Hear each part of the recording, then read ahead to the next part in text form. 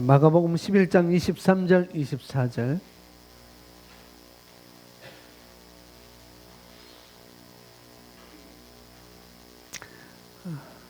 제 얼굴이 다 보이시죠? 근데 제가 얼굴 여러분 제가 높이 있기 때문에 제 얼굴 보이지만은 여러분은 좀 밑에 있기 때문에 제 얼굴을 안 보일 수가 있어요. 그러니까 내가 상대방 머리에 바로 뒤에 있다라고 생각하시는 분들은 자리를 이동하시기 바랍니다. 대각선으로도 말씀을 들을 수 있도록 제 얼굴을 보고 말씀을 들을 수 있도록 해주기 바랍니다. 23절, 24절 우리 함께 합독하겠습니다. 내가 진실로 너희에게 이르노니 누구든지 이 산더러 들려 바다에 던져지라며 그 말하는 것이 이루어질 줄 믿고 마음에 의심하지 아니하면 그대로 되리라. 아멘. 24절 시작. 그러므로 내가 너에게 말하노니 무엇이든지 기도하고 구한 것은 받은 줄로 믿으라. 그리하면 너에게 그대로 되리라. 아멘. 따라서 고백합니다. 나는 내가 누구인지 압니다. 나는 내가 누구인지 압니다. 나는 내가 무엇을 가지고 있는지 압니다. 나는 내가 무엇을 가지고 있는지 압니다. 나는 내가 무엇을 할 수 있는지 압니다. 나는 내가 무엇을 할 수 있는지 압니다. 나는 믿음으로 그것을 가동시킬 것입니다. 나는 믿음으로 그것을 실행시킬 것입니다. 아멘. 자, 오늘 두 번째 계속 이어서 말씀 형통한 삶을 사는 비결이라는 두 번째 지난주에 이어서 말씀을 보겠습니다. 형통한 삶을 사는 비결, 이 삶은 세상에 알려져 있지 않는 성경만의 뛰어난 방법이라는 것. 세상에서는 이것은 알려져 있지 않습니다. 그러나 성경은 우리에게 밝히 보여주고 있습니다. 어떤 방법이요? 형통하게 삶을 사는 방법. 형통하게 사는 삶. 그래서 지난주 이 형통안에는 우리의 건강이, 우리의 재정적 부요가 또 내 마음을 조종하고 다질 수 있는 이 모든 것들이 이 형통함에 포함되어 있다고 말씀드렸고, 또 더 나아가서 자녀에 대한 축복도 여기 형통함에 포함되어 있고, 올바른 부부의 관계도 이 형통함에 포함되어 있다고 말씀을 드렸습니다. 그리고 이 세상에는 두 종류의 법이 있다는 것, 두 종류의 법이 존재한다는 것, 영적인 법과 또 물리적인 육적인 법이 존재하고 있고요. 또 다른 말로 그래서 3차원의 법이라고 말씀을 드릴 수 있고 4차원의 법이라고 말씀을 드릴 수 있습니다. 그런데 이 영적인 법과 이 물리적인 법은 첫 번째로 그 법이 그 법이라고 하는 것, 이 영적인 법, 물리적인 법, 또 3차원의 법, 4차원의 법이라는 것은 그것이 실행시킬 때, 우리가 가동시킬 때 그것은 가동된다 했습니다. 이건 가동되고 있지만은 내가 실행시킬 때, 내가 가동될 때 그건 가동된다고 나와있고, 그것이 3차원의 법이든지 4차원의 법이든지 영적인 법이든지 물리적인 법이든지 내가 가동시킬 때, 내가 실행시킬 때 그것은 굴러가게 되어 있다고 말씀을 드렸고요. 두 번째는 똑같은 영적인 법 안에도 물리적인 법 안에도 상위법이 있고 하위법이 있다고 말씀을 드렸습니다. 그래서 상위법은 하위법을 조종하거나 다스리거나 변화시킬 수 있다고 말씀을 드렸어요. 그래서 물리적인 법보다 상위법은 영적인 법이라고 그랬습니다. 그래서 우리가 히브리서 11장 3절 말씀을 통해서 우리가 말씀을 봤고요. 그래서 믿음은 우리가 함께 믿음은 영적인 능력, 영적인 에너지, 영적인 힘이 있다는 것. 뭐가요? 믿음이라는 것이, 내가 가지고 있는 믿음이라는 것이, 저와 여러분이 가지고 있는 그 믿음이라는 것은 영적인 능력과 영적인 에너지, 영적인 힘이 있는데 그것들이 바로 상위법이라고 말씀을 드렸어요. 저와 여러분이 가지고 있는 그 믿음이 상위법인 것입니다. 영적인 법 안에서 그렇기 때문에 저와 여러분의 믿음이 물리적인 세계의 법칙들을 지배하거나 조종하거나 바꿀 수가 있는 것이죠. 그러면서 오늘 지난주에도 마가복음 11장 23절 24절 말씀을 봤는데 오늘 또 이 말씀은 그럼 믿음을 어떻게 작동시켜야 되는지, 믿음이라는 것은 영적인 능력이고 영적인 에너지고 영적인 힘이라고 말씀했고, 근데 이 믿음을 통해서 내가 살아가는 이 땅에서 물리적인 그런 법칙들을 내가 조종하고 또 지배하고 바꿀 수 있고 변화시킬 수 있다고 말씀을 드렸습니다. 그런 것들을 오늘 마가복음 11장 23절 말씀은 믿음을 어떻게 작동시켜야 되는지, 내 믿음을 어떻게 작동시켜야 되는지 그 믿음에 대한 원리들을 설명하고 있습니다. 그래서 23절 내가 진실로 너에게 이르노니 누구든지 이 산더러 누구든지 이 산을 말하라라고 하지 않았어요. 누구든지 산더러 누구든지 이 산이 들려 바다에 던져져라 라고 말하는 것입니다. 산을 향해서 우리가 말하는 거예요. 산을 말하는 게 아니고 산더러 말하는 것입니다. 산은 산. 그래서 산에 대해서 지난 주간에 뭔지를 봤습니다. 산은 쉽게 말하면 어려움이에요. 어떤 환경이 될 수 있고, 어떤 나의 문제가 될 수 있고, 내가 맞닥뜨린 문제가 될 수 있고, 내가 풀지 못하는 그런 것들이 있고, 내가 힘들어하는 그런 것들이 될 수가 있습니다. 그것이 치유든지, 그것이 사람과의 관계든지, 그것이 재정적인 부여와 번영이든지 모든 것들. 근데 이 산더러 들려 바다에 던져지라 라고 우리가 말하는 것이죠. 문제를 향해서 또 산을 향해서 내가 원하는 것을 말하는 것입니다. 예수님 그것을 우리에게 말하고 있어요. 그리고 그 말하는 것이 어떻게 이루어질 줄 믿으면, 이루어질 줄 믿고 그 다음에 마음에 의심하지 아니하면 그대로 된다는 것이죠. 먼저 산을 향해서 내가 말하는 것이고, 그 다음에 내가 말한 것을 받은 줄로, 또 다른 말로 이루어진 줄로 믿는 것이고, 이게 가장 중요한 핵심인 것입니다. 말하고 내가 그 다음에 그 말한 것을 이루어질 줄 믿는 거예요.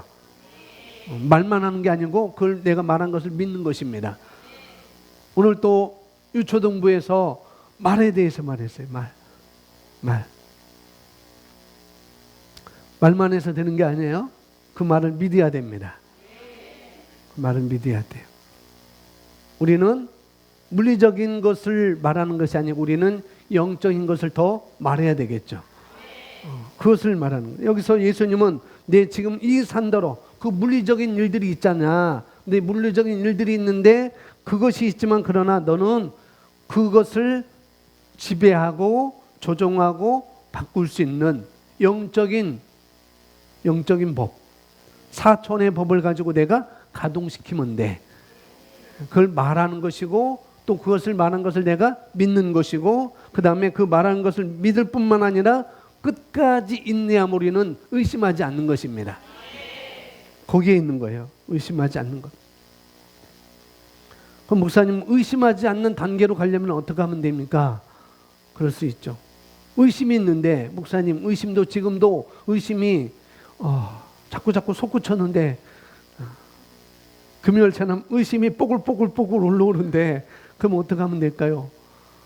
방법이 있어요. 뭐냐면은 거울 원리를 내가 작동시키는 것입니다. 거울 원리. 거울은 뭐요? 자꾸 들여다보는 거예요. 아침에도 거울 봤듯이 화장실에서 거울 보고, 또 화장대에 앉아서 거울 보고, 나오기 전에 또 거울 보고, 저는 내려오기 전에 또 거울 봤어요. 거울 보고 고치는 거예요. 머리 스타일도 고치고 넥타이도 잘 매졌나 다시 한번 확인하고, 그 다음에 이두해서 여기 뭐가 꼈는지 안 꼈는지도 확인하는 것이고, 거울 원리를 의심하는 단계에 있다면은, 의심한다면은 그런 단계로 가지 않는다면은 내가 거울 원리를 사용하는 것입니다. 거울 원리가 뭐냐면 말씀을 계속 들여다보는 거예요. 내가 말씀을 들여다보는 거. 그래서 말씀을 계속해서 들여다보고 또 뭐냐? 말씀에서 말하는 말들이 내 생각 속에 머물러 있어야 돼요.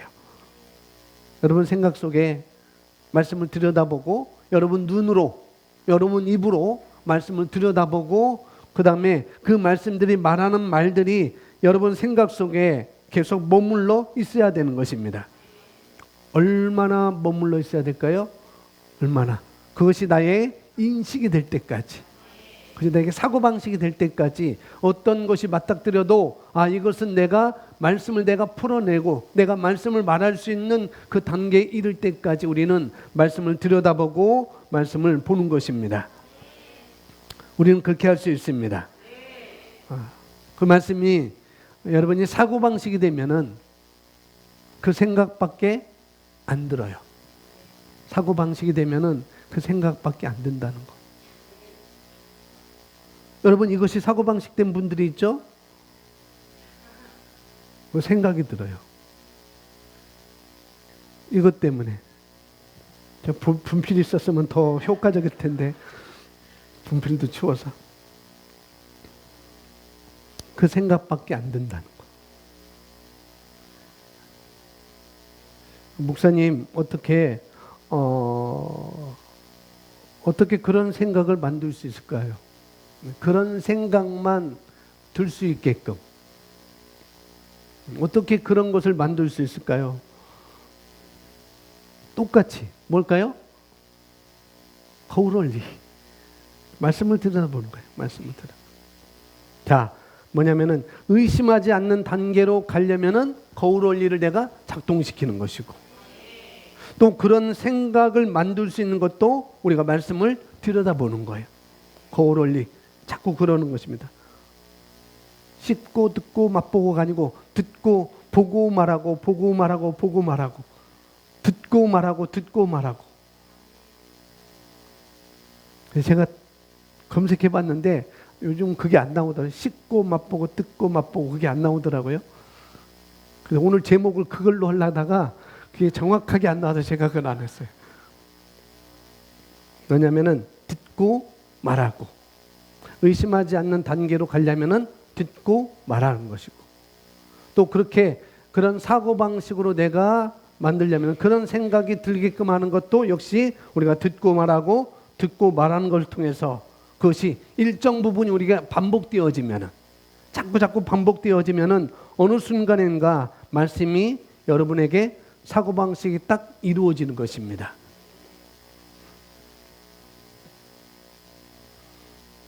자, 제가 지금 질문하겠습니다. 공식이에요. 수학 공식.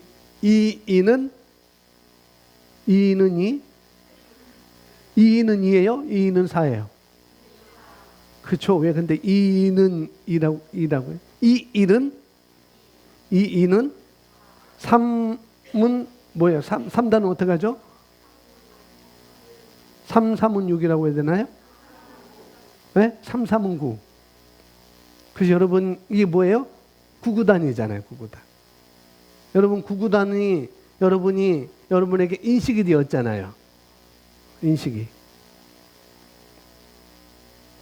여러분이 그 9구단이 9단까지 지금 10단, 11단, 12단까지 이렇게 넘어가는데 9단까지만 해도 충분합니다. 그런데요. 이 9구단이 어느 순간인가 여러분에게 사고방식이 되었잖아요. 그죠? 9구단이. 근데 그것이 어떻게 사고방식이 됐을까? 9구단이 어떻게 사고방식이 됐어요? 줄기차게 외우잖아요. 외웠을 뿐만 아니라 여러분이 말을 통해서. 그렇기 때문에 그것은 여러분에게 사고방식이 된 것입니다. 여러분이 머리로만 한 게 아니고 말한 거예요. 말. 외우기도 했고 말하게 된 거예요. 그래서 어느 순간인가 완전히 그것은 9구단은 여러분 것이 된 것입니다. 그와 마찬가지로 의심하지 않는 단계로 가려면, 그와 마찬가지로 그 생각밖에 안 들도록 하려고 한다면, 말씀 밖에 어떤 문제 있을 때 나는 말씀을 생각해 날 거야. 어떤 말씀을 생각해 날 거야. 그 말씀을 말한 대로 나는 말하고 믿고 나는 의심하지 않을까요? 그런 단계로 가려고 한다면은 마찬가지로 우리가 거울 원리를 작동시키는 방법이라는 거죠. 거울 원리. 자꾸 들여다보는 거예요. 그러니까 예수님께서 채찍에 맞음으로 내가 나음을 입었다고 하는 말씀을 내 입에 담는 거예요. 여러분 입에 담는 것. 그리고 입에 담을 뿐만 아니라 계속 말하는 것입니다. 담고만 있으면 안 되고 말하는 거예요. 내가 말해서 듣게끔, 내가 말해서 내가 듣게끔 하는 것입니다. 그게 굉장히 중요한 것입니다. 그래서 그게 나의 사고방식이 이르도록 나에게 인식이 되도록 하는 것이죠. 믿으면은 더 이상 의심이 들지 않습니다. 믿지 않아서 의심되는 거지, 믿으면은 의심이 들지 않아요. 신뢰가면은 더 이상 의심이 들지 않습니다. 그럴 때 믿음의 법이 나머지의 법들을 작동시킨다고요. 신뢰하면은 다른 것도 다 작동시킬 수 있어요. 어떤 문제라든지. 그런 원리를 우리가 사용하는 것입니다. 아멘. 자, 여러분 주보 유인물 보겠습니다. 요엘서 이 부분을 하기 전에 말씀을 마쳤는데, 요엘서 2장 32절 말씀을 우리 함께 고백합니다. 그러나 누구든지 주의 이름을 부르는 자는 구원함을 받으리니 이는 주께서 말씀하신 대로 시온산과 예루살렘의 구원함이 있을 것이요 남은 자들은 주께서 부르실 것이다. 로마서 10장 13절 말씀, 주의 이름을 부르는 자는 누구나 구원을 받으리라. 아멘. 자, 이와 같이 고차원의 영적인 법칙 혹은 원리가 이 세상에 가동되고 있으나 이미 영적인 법칙이 가동되고 있어요. 물리적인 법도 가동되고 있고 영적인 법칙도 가동되고 있습니다. 그러나 날마다 죽어 지옥에 가는 사람들이 있습니다. 왜냐하면 그들은 이 구원의 법칙을 자신의 삶에 가동하지 않기 때문입니다. 여기서 지옥은 믿지 않는 자들이 가는 그 지옥만 말하는 거 아니에요. 여러분 지옥 다녀오셨죠? 안 다녀오셨어요? 다녀왔죠? 뭐냐면은 사는 게 지옥이라고. 다녀오셨잖아요. 사는 게 지옥이야. 믿지 않는 자들이 가는 그런 지옥 말하는 게 아니고 사는 게 지옥이라고 우리는 수차례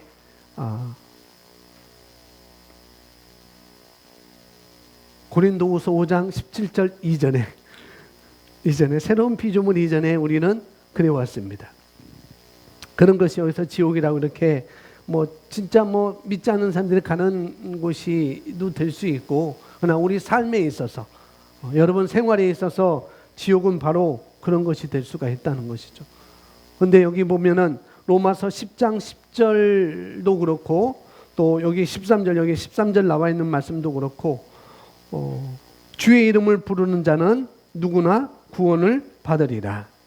요엘서 2장 32절도 누구든지 주의 이름을 부르는 자. 부른다는 것은 고백한다는 것이고 부른다는 것은 내가 말하는 것이죠. 자, 구원의 법칙. 우리가 받은 구원의 법칙, 우리가 마음으로 믿어 의에 이르고 입으로 시인하여 구원에 이른다고 했습니다. 누구를요? 누구를? 예수님을. 어떻게? 마음으로 믿고 입으로 시인하는 거예요. 무엇을? 예수님이 나의 주님이시고 하나님께서 그를 죽은 자 가운데서 살리신 것을 믿는 것입니다. 하나님이 구원을 안 하시는 게 아니라고요. 하나님은 구원을 안 하시는 게 아니고 본인이 이 법을 적용하지 않아서 그래서 그들은 날마다 죽어 지옥에 가는 사람들이 있다는 것이죠. 물론 그것을 안내하는 사람도 잘 안내를 해야 될 거예요. 이렇게 해야 거기서 건져 나올 수 있습니다. 이렇게 할 때 그 문제에서 나올 수 있습니다. 안내하는 사람도 잘 안내를 해야 되겠죠. 영적인 법 안에서 4차원의 법의 말씀을 상위법을 가지고 말해줄 때 우리는 그 사람들은 거기서 건져 나올 수가 있는 것입니다. 자, 다음 보시면은 법은 오직 가동시킬 때만 효력이 나타납니다. 재정과 번영에 관한 법칙도 같은 원리입니다. 재정과 번영에 관한 법칙도 똑같은 원리래요. 저와 여러분이 구원을 무엇으로 받았어요? 믿음으로 받았잖아요. 똑같이 재정과 번영에 관한 것도 똑같은 원리를 작동시키면 된다는 말씀인 것입니다. 믿음이라고 하는 영적인 원리를 통해서 우리는 그것을 가져올 수 있다는 것이죠. 이어서 보시면은 하나님의 말씀에는 재정과 번영을 다스리는 특별한 법들이 있습니다. 그렇죠? 믿음으로 그 법들을 작동시킬 때 효력이 나타나며 믿음의 힘이 없이는 효력을 나타내지 않습니다. 그래서 믿음은 영적인 능력이고 영적인 에너지고 영적인 힘이라고 말씀을 드린 거예요. 그걸 통해서 물리적인 세계에서 이 땅에 살면서 우리가 그런 것들을 내가 지배할 수 있고 다스릴 수 있고 조종할 수 있고 내가 바꿀 수 있고 변화시킬 수 있다는 것입니다.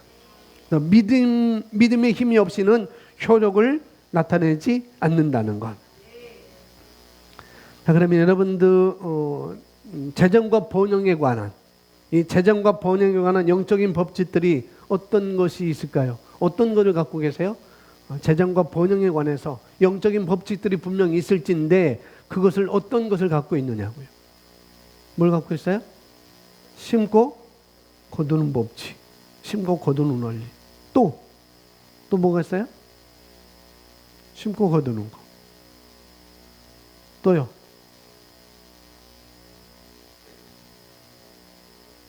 말씀 고백?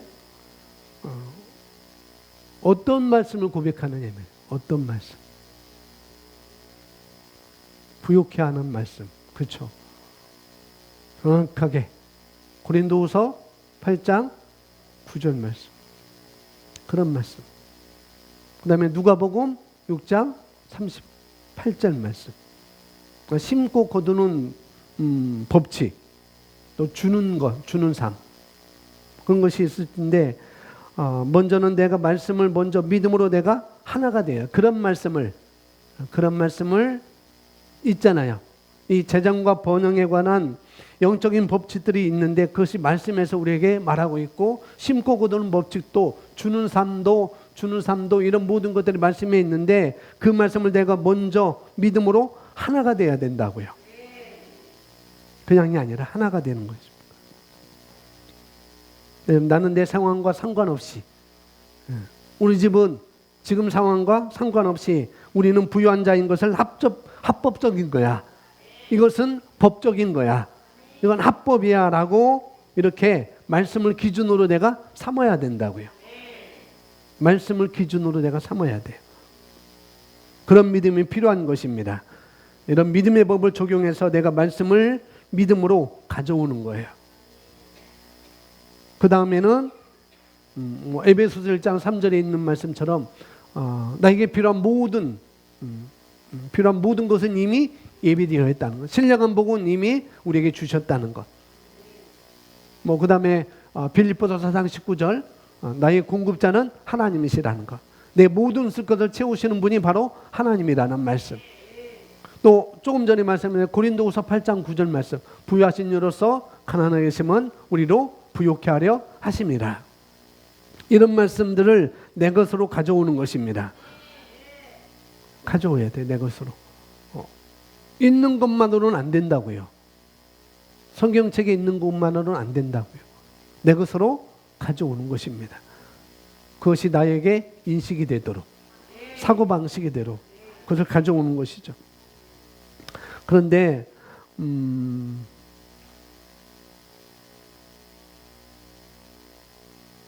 이런 말씀들을 내가 가져와서 여기서 말하는 바로 재정과 번영을 다스리는 특별한 법들을 내가 가져올 수 있는데요. 그런데도 불구하고 한 가지가 빠져 있을 수 있다는 거죠. 한 가지. 대부분 이것은 안 해요.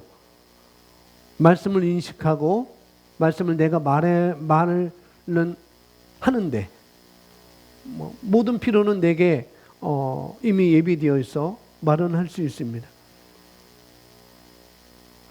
내 하나님께서 모든 쓸 것을 채우신다는 건 내가 알아요. 그리고 부유하시면 내가 부유하다는 걸 내가 알아요. 그 원리를 우리가 압니다. 근데 그러나 이것 때문에 부유함으로 나가지 못할 수가 있다는 거죠. 어떤 것 때문에. 만약 내 삶이 지금 지지부진하다고 한다면은, 그렇다고 한다면은 뭐냐면은 이 부분이 걸린 상황이 대부분이라는 거죠. 근데 이 부분을 이야기하기 전에 기본 하나를 말씀드릴게요. 기본 하나. 이 부분을 말하기 전에 기본 하나 뭐냐면 내가 부유한 자라고 하는 말씀을 인식하는 것 말고 에베소서 1장 3절, 빌립보서 4장 19절, 고린도후서 8장 9절 말씀 이런 말씀 내가 인식하는 것 말고 또 우리가 알고 있어야 되는 건 뭐냐면은 성실해야 된다고요. 성실해야 돼요. 성실. 그럼 뭐가 성실일까요? 뭐가?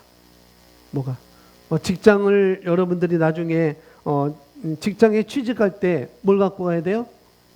이력서를 갖고 오잖아요. 이력서를 내잖아요. 이력서를 내고 근데 이력서를 내는데 이력서를 써서 내는데 그 이력서를 보는 인사 담당자들이 그 사람을 채용할 것인지 채용하지 않을 것인지라고 하는 그런 심사위원이라고 또 인사 담당자들이 뭘 봐요? 이력서를 봐요. 이력서에서 이름만 볼까요? 아니죠. 예전에는 학력을 본다는 그런 얘기가 많이 있었어요. 그래서 학력, 이 사람이 어느 대학 나왔는지, 이 사람 학력이 어느 수준인지 그걸 본다고 그랬는데, 근데 많은 인권단체에서 그것을 막 들고 일어났어요. 왜 학력을 보느냐? 왜 저쪽은 안 되고 왜 위쪽만 그렇게 뽑고 그러느냐? 지방대는 지방대도 아니냐? 똑같은 대학인데. 그래가지고 학력을 보지 말자라는 학력 파괴라는 말들이 굉장히 많이 나왔었습니다. 그래서 일부 회사들은 그러면은 우리가 학력 보지 말자라고 말했음에도 불구하고 또 학력을 볼 수밖에 없는 거예요. 그렇게 봅니다. 근데 학력 파괴라는 말은 하고 있는데 그런데 성적 파괴라는 말은 들어본 적이 없을 거예요. 우리 회사에서 사람을 채용하는데 학력 파괴는 괜찮고 그러면 성적 파괴도 우리가 해보자 라는 그런 회사가 있다는 소리는 아마 여러분이 못 들었을 것입니다. 학력은 그렇다 치고 성적을 보지 말자고 하는 일은 그렇게 많지가 않다는 거죠. 그러면 성적은 뭘 말할까요? 성적은 뭐예요? 뭐라고요? 성실함. 어떻게 그렇게 잘하세요? 성실. 왜 성적이 성실하다고 생각하세요, 그러면? 열심히 하면은. 성실은 기본이기 때문에. 기본이라도 하면은 그 수준은 유지할 수 있는 거거든요. 아무리 내가 똑똑하다 할지라도 성실하지 않으면은 점수는 내려가게 되어 있습니다. 그래서 대학 수시에서 성적을 보는데 갑자기 팍 올라가는 걸 그렇게 탐탁치 않게 생각한대요. 서울교대에서 입학사정관 그 설명을 들어갔을 때 입학사정관이 한 말이 그거였어요. 갑자기 성적 올라가는 것보다도 1학년 때부터 3학년 1학기 때까지 기말까지 꾸준히 성적이 올라갔다면은 얘는 성실하구나. 그걸 본다는 것이죠. 실력을 보는 게 아니라는 거죠. 실력. 성적은 실력일 수 있지만은 실력은 아닙니다. 성적은 성실함과 연관되어 있는 거라는 거죠. 또 학력, 그 다음에 성실, 또 뭘 볼까요? 얼마나 공부를 했느냐? 근무. 그게 뭐예요? 경력이죠, 경력. 이 사람이 1년을 다니고 관뒀는지, 2년을 다니고 관뒀는지, 이 사람이 3년 다니고 관뒀는지, 1년 다니고 다른 회사 갔는지, 또 1년 다니고 또 다른 회사 갔는지, 1년 다니고 또 다른 회사 갔는지, 이 사람이 10년 동안 장기 근속했다가 또 다른 데로 갔는데 여전히 10년을 일했는지, 그걸 본다고요, 그걸. 그런 것들이 기본입니다. 그것은 바로 경력도 사실은 성실과 연관된 거예요. 성실함과. 성실하다면 잘리지가 않겠죠. 성실하다면. 그러나 성실하지 않으면은 뭐예요? 1호입니다. 1호. 어떤 1호? 정리대상 1호예요. 성실하지 못하면. 뭘 갈으라고 했는데 3개월 동안 갈지도 않고 있으면은 그건 정리대상이 되겠죠. 이거 가세요 라고 얘기했는데 그 사람은 네 대답해 놓고 3개월 동안 아무런 안 했어요. 근데 옆에 있던 사람 우연히 저 사람 왜 저거 갈라는데 안 갈았지? 하고 자기가 갈면은 그 사람이 성실함을 보여주는 거라는 거죠. 학력, 성실함, 경력, 이런 모든 것들을, 이런 기본을 우리는 다 이런 것들은 깔고 가는 것입니다. 기본으로 깔고 가는데, 그런데 나는 성실한 사람인데도 불구하고 나는 성실해요. 그럼에도 불구하고, 자, 그러면은 성실하기만 하면 될까요? 재정과 번영에 있어서 물론 될 수 있다고 얘기하는 사람이 있습니다. 성실함은 일반적인 거예요. 일반적인 거. 성실함에다가 우리가 늘 재정적인 부여에서 빼먹고 있는 부분이 있다는 것. 이 부분은 삶의 뭐냐면은 양식이 되어야 되는 거예요. 이 부분은 삶의 양식이 되어야 되는 것이고, 그 삶의 양식이라는 건 또 다른 말로 삶의 태도라고 말씀을 드릴 수가 있습니다. 생활 방식. 또 다른 말로 라이프 스타일이라고 말씀을 드릴 수 있어요. 뭐가요? 성실함 말고 뭐가?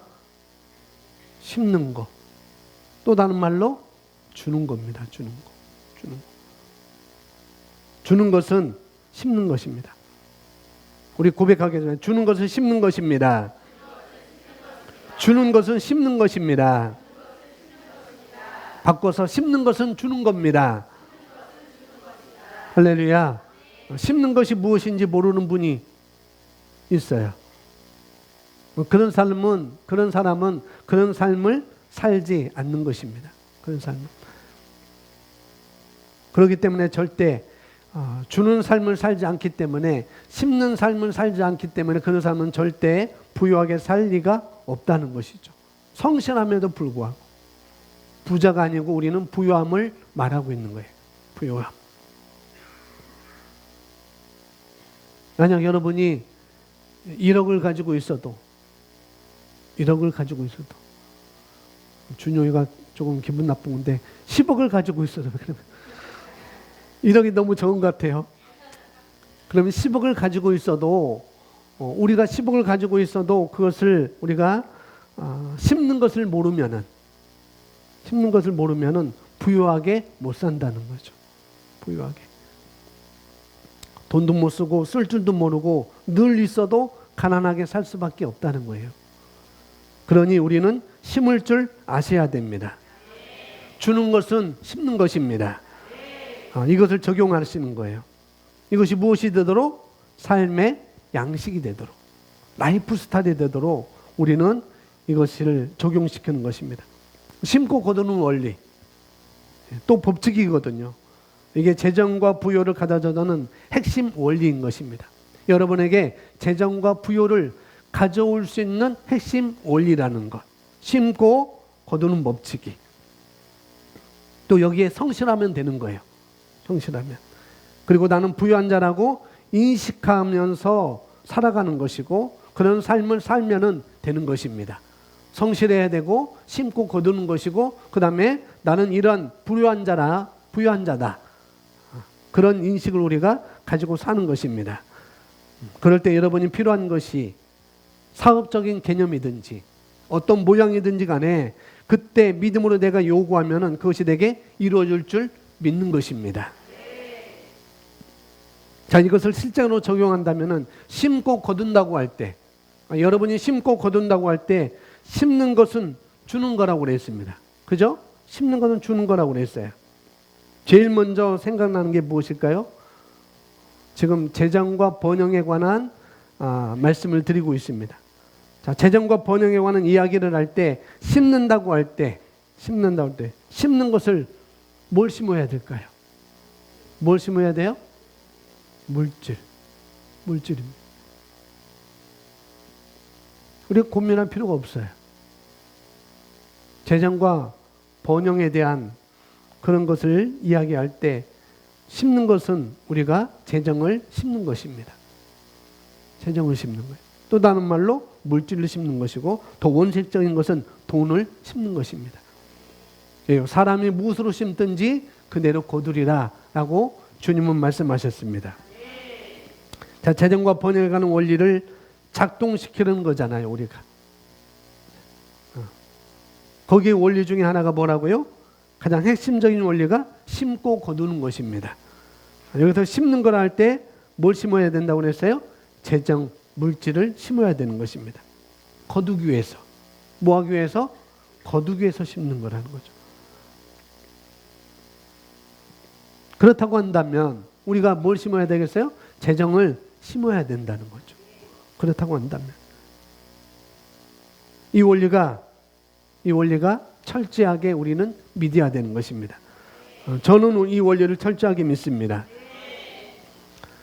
5월 29일 날 우리 교회에서 JMA 네트워크 컨퍼런스 때 우리 교회에서 드려진 부활절 헌금을 오시는 네트워크를 위해서 우리가 심어야 되겠다라고 제가 마음이 감동이 와서 여러분들에게 최선을 다해서 부활절 헌금을 하라고 그랬습니다. 그래서 역대 이해로 절기 헌금 중에 3배가 넘게 나왔어요.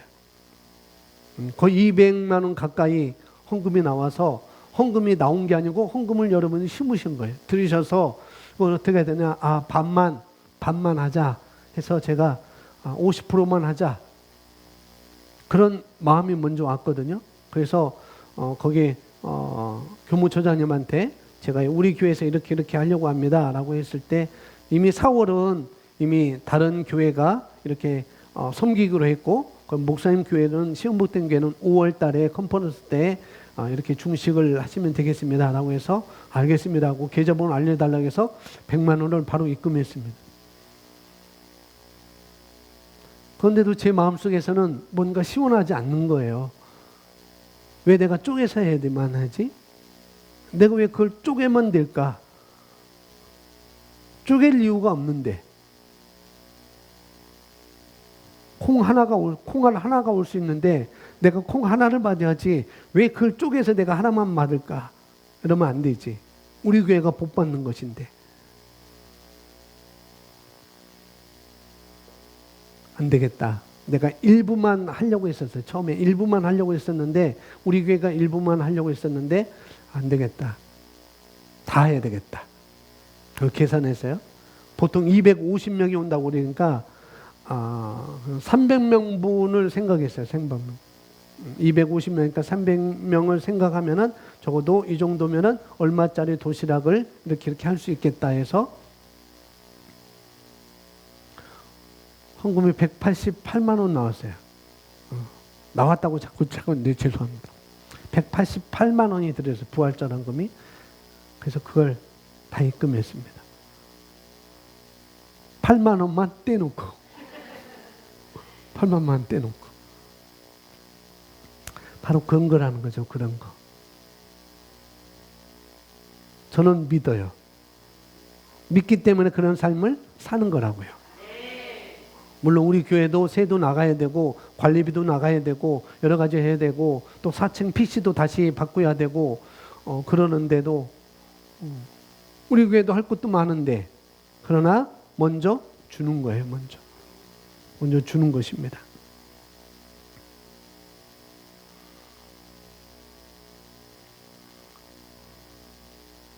우리가 기왕이면 많이 받는 게 좋지 않겠어요? 그죠? 많이 거두는 게 좋지 않겠어요? 바로 그런 삶을 우리가 믿고 하는 거라는 거죠.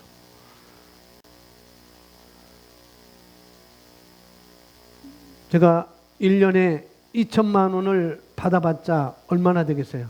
한 달에 170분이 안 되는 거예요. 170 가지고 제가 어떻게 살겠어요? 나눠줘야 되고 심어야 되고 주는 삶을 살아야 되는데 어떻게 그러겠느냐. 그런데도 충분합니다. 그런데도 부욕 가운데 그래도 사는 거예요. 그래도 부욕 가운데.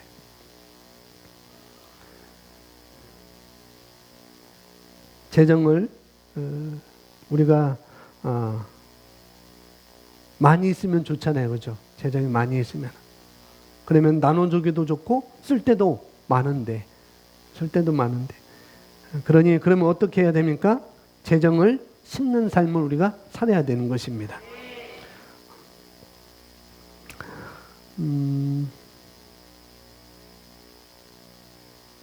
제가 목사이기 때문에 성도님들이 저에게 돈을 톡톡톡 주는 분이 있으면 얼마나 좋겠어요?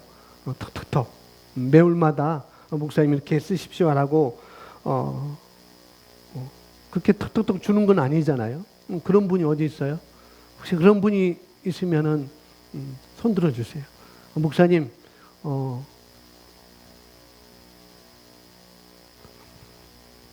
목사님 여기 카드가 있는데 여기 한도가 1,000만 원입니다. 1,000만 원 들었으니까 목사님 마음대로 쓰세요.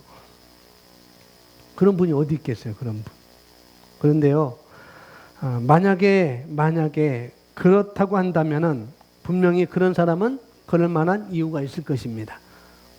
목사님 이건 1,000만 원입니다. 한도가. 그러니 목사님 마음대로 이렇게 쓰시면 됩니다. 라고 하는 분은 그럴 만한 이유가 있을 거라는 거죠. 뭐예요? 심은 대로 거둘 테니까. 그거라는 거죠. 심은 거둘 테니까. 그게 뭐여야 된다고요? 나의 라이프 스타일이 된다. 삶의 양식이 되어야 하는 것입니다. 여러분에게 10만 원이 꽁돈이 생겼습니다. 어느 날 10만 원이 꽁돈이 됐어요. 그냥 월급 말고 그냥 고정적으로 들어오는 것 말고 갑자기 10만 원이 들어왔어요. 10만이 나에게 내 수중에 있어요.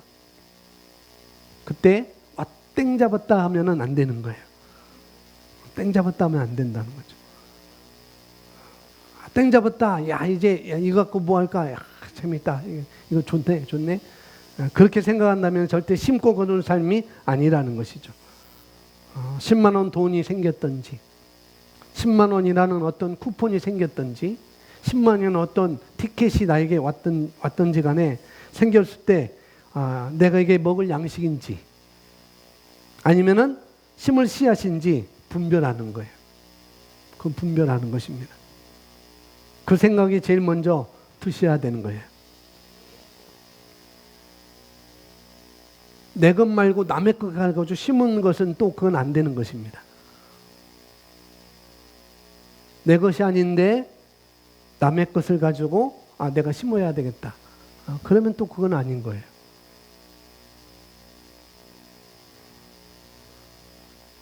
설령 그것이 부부라 할지라도 공동의 것이라 할지라도 그것은 지혜롭게 해야 되는 것이고 그런 것입니다. 사람이 무엇으로 심든지 그대로 거두게 되어 있습니다. 할렐루야. 그래서 만약에 여러분이 뭐 소풍을 가든지 또 여행을 갈 때 우리 가족만 아니고 팀으로도 갈 수 있고 이렇게 그룹으로도 소풍 갈 수 있고 팀으로도 이렇게 여행 갈 수가 있을 것입니다.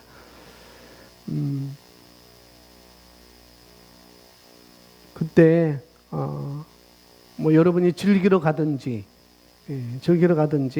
뭐 나도 즐기지만은 나와 함께하는 나보다도 어린 사람들 위해서 내가 그들 도움을 주기 위해서 그 사람들을 인식하고 가든지 간에 뭐냐면은 내가 기회가 되면은 내가 국밥이라도 하나 사줘야 되겠다. 한 그릇 사줘야 되겠다. 그런 심정으로 가는 것입니다. 또 하나는 여러분을 들여본다면은 여러분이 그것이 시간이든지 나에게 시간이 있다면 그 시간은 뭐 공휴일이 될 수 있고 쉬는 날이 될 수가 있습니다. 그런 날들을 뭐냐면은 여러분은 자신을 위해서 쓰지 말고 남을 위해서 쓰든지 남을 위해서. 물론 자신을 위해서 썼다고 그것이 나쁘다는 이야기는 아니라는 거죠. 그런데 자신만을 쓰고 있다고 한다면은 그건 절대 풍성한 삶을 기대하기는 어렵다는 것입니다. 나 자신을 위해서 내 자신을 위해서 내가 이렇게 써야 되겠다. 그리고 우리는 더 나아가서 내 자신을 위해서 이렇게 내가 쓰고 그 다음에 다른 사람을 돕기 위해서 다른 사람에 나눠주기 위해서 나는 내 자신의 삶을 살아야 됐다. 그건 또 차원이 다른 거라는 거죠. 우리는 그런 삶이 필요한 것입니다. 5월 1일 날, 2일 날, 3일 날 여러분이 알고 있듯이 우리 한남로의 남부시찰에서 수양에 다녀왔잖아요. 수양에 다녀왔는데 다녀오고 이제 한 달이 지났는데 얘기 중에 그런 얘기 있어요. 뭐 저희가 타고 간 차는 그런 일이 없었는데 다른 팀으로 간 2차로 출발한 팀들이 밤에 출발하고 그러다 보니까 아마 과속을 했나 봐요. 그래서 저쪽 무안 쪽에서 반짝했고 또 거제도에서 거금도에서 또 반짝반짝하고 그래서 벌칙금이 약 한 10만 원 넘게 이렇게 나왔대요. 그래가지고 시찰에서 내야 되지 않겠느냐 그러는 거예요. 그래서 제가 그럼 주라고 계좌번호 주라고 주겠다고 그런 가난한 마인드 아니 본인이 과속해놓고 우리 같이 여행 갔으니까 같이 수학여행 갔으니까 이건 여기서 해결해야 되지 않겠느냐. 과속해서 오라고 했나요? 신호를 위반하면서 그렇게 오라고 했나요? 그건 기본이잖아요. 그런 것들은. 그런 가난한 마인드, 라이프 스타일이 안 되는 것이죠. 설령 그렇다 할지라도 내가 심는 것입니다. 내가 심는 거예요. 그리고 말하지 않는 거예요. 그래야 내게 그것이 올 수가 있는 것입니다. 혹시 우리 교회에서 나중에 그렇게 갈 때 여러분이 과속해서 교통딱지 오면 목사님 이거 내줘야 됩니다 라고 갖고 오시면 내줄 거예요. 분명히 내줄 거예요. 그래서 우리는 모든 것이 누군가를 섬길 수 있는 기회를 만들어야 된다는 거죠. 누군가. 여러분 생일 있잖아요. 그죠? 생일. 여러분 생일 있을 때 왜 생일날은 그래요. 제 옆에 있는 사람도 생일날이고 뭐고 있는데 뭘 그렇게 기대해요. 왜 그렇게 기대할까요? 왜 선물을 기대하세요? 생일이라고? 왜? 내 생일이니까 내가 선물 받을 기회라고 왜 그렇게 생각하세요? 누구한테 그렇게 배우셨어요? 왜 그렇게 생각하시냐고요? 왜? 물리적인 세계에서 살다 보니까. 물론 그럴 수 있습니다. 그것은 주는 삶이 아니라는 거죠. 그건 심는 삶이 아니에요. 만약에 여러분이 생일이라면은 내 생일이니까 내가 밥을 살게. 그게 바로 심는 삶인 것입니다. 뭐 자랑은 아니지만은 저희 아버지 돌아가셨지만 저희 아버지 생일 때는 우리 가족만 그렇게 생일잔치 하지 않았어요. 아침, 점심, 저녁으로 준비한 어머니가 고생했겠죠. 어머니하고 누나들이 고생을 했는데 하면은 우리 가족만 먹을 거면 준비하면 되는데 엄청 준비하셔요. 그리고 아침이면은 형하고 저하고는 온 동네 돌아다녀야 돼요. 아침 식사하러 오시라고. 아침 일찍 왜 농촌이니까 밭일 나가야 되고 논일 나가야 되잖아요. 그러니까 아침 일찍 드신다고요. 그러니까 아침 일찍 드시기 전에 형하고 저하고, 형은 먼 동네, 저는 가까운 동네, 그 건너 동네, 가까운 동네, 형은 먼 동네 가고 저는 가까운 동네 집집마다 다녀서 저희 아버지가 아침 식사 오시래요. 남자들만 아침 식사 오시래요. 할아버지들, 아버지 때 동기들, 그 다음에 밑에 사람들 식사로 오시라고. 그럼 다 와서 아침 식사하셔요. 점심 때는 누구냐? 이제는 할머니들. 할머니도 그래요. 할머니들. 저녁 때도 똑같이 합니다. 저희가 부자라서 그런 게 아니었었어요. 아버지는, 제가 보고 뵌 건 아버지는 그런 삶이었어요. 그런 스타일. 생일이면은 나만 먹고 하는 게 아니라 이 기쁨을 함께 나눠야 되겠다. 그분이 예수님 믿지도 않는데 어떻게 그런 삶을 살려고 생각했는지 참 제가 궁금해요. 궁금합니다. 어떤 것이든지 누군가를 섬길 수 있는 기회를 여러분이 만들어야 된다는 것. 그것입니다. 그것은 뭐 여러분이 즐기지 말라는 소리도 아니에요. 즐기지 말라는 소리도 아니고 뭐냐면 자기에게서 투자해서 자기가 성장했다면은 그걸 가지고 또 어떻게 해요? 내가 이렇게 좋아졌는데 어떻게 즐겨지지 않을 수가 있겠어요. 그죠? 농부가 씨를 뿌려서 거뒀는데 어떻게 안 즐겨지냐고요. 기쁘죠? 밥도 해먹고, 그걸 가지고 또 식혜도 해먹고, 그걸 가지고 또 부족하면 뻥튀기도, 뻥을 튀겨서 또 그것도 간식으로 먹고, 그러는 거잖아요. 그리고 농부는 자기만 그렇게 먹으려고 그럴까요? 아니라는 거죠. 내가 이렇게 농사지어서 많이 수확해서 다른 사람들 내가 먹일 수 있구나라는 그런 마인드를 가지고 그 사람들은 그렇게 사는 것입니다. 그게 중요하다는 것이죠. 그게 당연한 것이고 심고 거두는 삶의 스타일이라는 것입니다. 여러분 사실 그렇게 살아오셨잖아요. 그죠? 그래, 여러분 살아오셨으면. 그리고 여러분 후회하시면 안 됩니다. 내가 그렇게 살아왔다 할 때도 나에게 좀 더 투자할 걸. 나에게는 투자하지 않고 내가 남만 그렇게 거두는 그런 삶을 살았지? 그렇다 한다면은, 그렇게 살아왔다고 한다면은 후회하지 마세요. 후회할 필요가 없습니다. 왜요? 반드시 그것은 거두게 되는 것입니다. 그리고 그런 삶을 더 확장시켜 나가는 거예요. 주는 삶을, 심는 삶을. 아주 다양하게. 내 시간만 쓰는 것이 아니라, 여러분의 시간만 쓰는 것이 아니라 여러분 인생도 다양하게, 여러분 재능도 다양하게 그렇게 쓰는 것입니다. 할렐루야.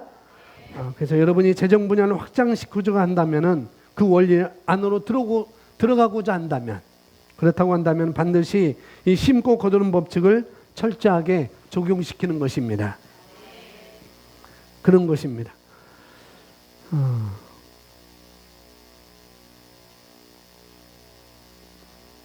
우리는 생명의 법 안에서 태어났습니다. 그죠? 죄와 사망의 법에서 태어난 게 아니고 우리는 생명의 성령의 법에서 우리는 태어난 거예요. 우리는 예수 그리스도 안에 있습니다. 그렇기 때문에 이미 생명의 성령의 법이, 예수 그리스도 안에 있는 그 법이 우리에게 이미 작동하고 있는 것입니다. 이미 작동하고 있어도 그것을 작동시키는 것, 내 삶에 실행시키는 것은 내가 해야 되는 거라고요. 저와 여러분이 해야 되는 것입니다. 그래서 여러분을 챙기려는 생각들은 안 가셔도 돼요. 안 가셔도. 내가 누구인지만 알면 되는 것입니다. 내가 누구이지. 그리고 이제 나보다 남을 좋게 여기는 것. 만약 가진 것이 없다면은, 배운 것이 없다면은 내가 배워서라도, 내가 그것을 갖기 위해서 내가 어떤 것을 함을 통해서도 내가 나누어주는 삶을 살아야 되겠다. 이런 생각을 내고 우리가 하는 것입니다. 자, 성경에서 뭐라고 표현하냐면 씨앗을 가진 사람이 심으라라고 이야기하지 않는다는 것. 씨앗을 가진 사람이 심어라라고 이렇게 성경은 말하지 않습니다. 성경은 뭐라고 말씀하는가? 한번 따라서 합니다. 심는 자에게 심을 씨와 먹을 양식을 주신다. 어떤 자에게요? 심는 자에게.